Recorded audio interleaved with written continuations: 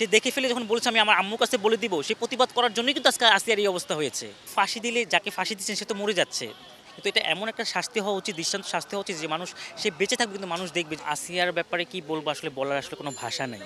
কারণ একটা শিশু বাচ্চা, সো সে তার পরিবারের মানুষকে দিয়েই ধর্ষিত হয়েছে। এটা প্রথমত অনেক দুঃখজনক ব্যাপার যে আমরা তাহলে পরিবার থেকে কী শিক্ষা পেলাম। যদি বাইরে কোনো একটা মানুষ করতো সেটা আমরা অন্য চোখে দেখতাম, যেহেতু পরিবার থেকে আমরা কিন্তু প্রথম শিক্ষাটা পরিবার থেকেই নিই। এবং আপনারা জানেন যে আমাদের যে কষ্টটা, আমরা কিন্তু ছোটোবেলায় পরিবার থেকেই বিতাড়িত হয়ে যাই, পরিবার থেকে বের হয়ে যাই। তো এই যে কষ্ট এবং আসিয়ার যে কষ্টটা, মানে একই, আমরা তো পরিবার থেকে বের হয়ে মরেই যাই, আমাদের কেউ দেখার থাকে না। সো আমরা হয়তো কেউ রাস্তায় রাস্তায় টাকা তুলছে, কেউ কিছু, একদম মরা মানুষের মতোই। সো আসিয়ার ব্যাপারটাও যে পরিবার থেকে এরকম একটা জিনিস আসবে সেটা কল্পনা করতে পারিনি আমরা আসলে। আর ছোটো বাচ্চা, এবং অনেকেই বারবার আমাদের বলছে আপু আপনাদের পোশাক আশাক ভালো না, পোশাকের সমস্যা। তো আসিয়া কী পোশাক ছিল?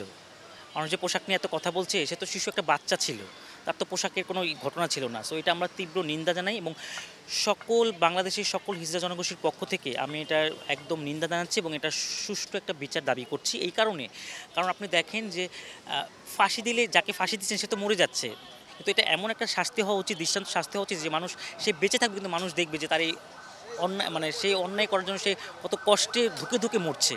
এটা আমার কাছে মনে হয় বেশি ভালো। ফাঁসি দিলে সে কষ্ট পেলে, ফাঁসি পেলে মরে গেল, মানুষ বুঝলো না।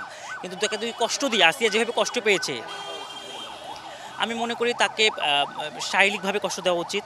এবং আসিয়াকে উনি যেভাবে কষ্ট দিয়েছে, তার প্রত্যেকটা শরীরে যে ব্লেডের কাটার দাগ আছে, এবং সেই যে ধর্ষণ করেছে তাকে সেইভাবে প্রত্যেকটা শরীরের দাগ দিয়ে তাকে সেইভাবে ধুকে ধুকে তার মরা উচিত, এবং মানুষ এটা দেখবে যে এরকম ধর্ষণ করলে এরকম শাস্তি হওয়া দরকার।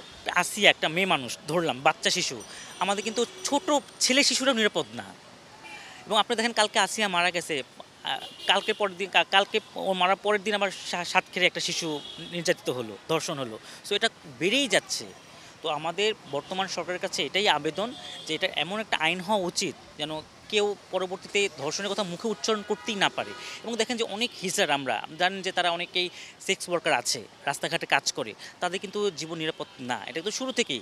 কিন্তু হিজড়া বিচার পাচ্ছে না কেন? তাদের কোনো সুরক্ষা আইন নাই। বাংলাদেশে অনেক আইন আছে, কিন্তু হিজড়াদের নিয়ে কিন্তু সুরক্ষা আইন নেই। তো আমি সারা বাংলাদেশে হিজড়া জনগোষ্ঠীর পক্ষ থেকে দাবি জানাচ্ছি এই সরকারের কাছে যে আমাদের জন্য যেন একটা সুরক্ষা আইন হয়, যে আইনের মধ্যে সে যেন পরিবারে বড় হতে পারে, পরিবার থেকে যেন সে বের না হয়, সে যেন পড়াশোনা করতে পারে, স্কুলে ভর্তি হতে পারে, এবং সে যেন রাস্তাঘাটে যখন সে চলবে সে যেন সেই সুরক্ষাটা পায়, সে যেন থানায় গেলে সেই বিচারটা দিতে পারে। আজকে দেখেন অনেক হিজড়ারা রাস্তাঘাটে মারামারি মায়ের খাচ্ছে, কিন্তু সে থানায় গিয়ে কোনো বিচার পাচ্ছে না, কারণ তার আইন নাই, তাকে কোন আইনে দিবে?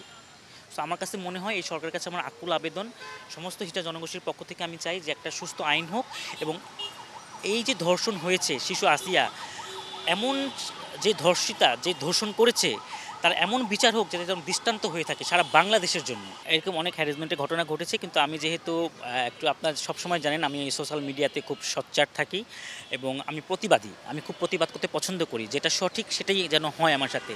সো আমার সাথে হয়েছে, আমি ওভাবে প্রোটেক্ট করেছি, যে আসলে আমি বলেছি যে আসলে আমি একাই পারি।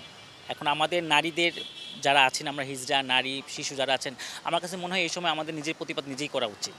কারণ শিশু বাচ্চা যেহেতু প্রতিবাদ করছে, সে কিন্তু প্রতিবাদ করতে গিয়েই কিন্তু তার এই কাজটা হয়েছে। তার বড় বোনের সাথে, আসিয়ার বড় বোনের সাথে যখন এই অন্যায়টাই হলো, আসিয়ার বড় বোনকে যখন তার স্বামী মারছে, সে দেখে ফেলেছে, সে দেখে ফেলে যখন বলেছে আমি আমার আম্মুর কাছে বলে দিব, সে প্রতিবাদ করার জন্যই কিন্তু আজকে আসিয়ার এই অবস্থা হয়েছে। সে কিন্তু প্রতিবাদ করেছে, ছোট্ট একটা মেয়ে, তার ৩ বছর বয়স, ক্লাস 3-তে, 8 বছর বয়স, ক্লাস 3-তে পড়ে, সে প্রতিবাদ করার জন্যই কিন্তু আজকে তার এই অবস্থা হয়েছে। সো আমি সবসময় প্রতিবাদ করি, এবং প্রতিবাদ করে যাব, যদি সেজন্য আমার মরতে হয় সেজন্য আমি মরবো, কিন্তু তার বলে যে একটা অন্যায় আমার উপর হচ্ছে আমি চুপ করে থাকবো, তা না।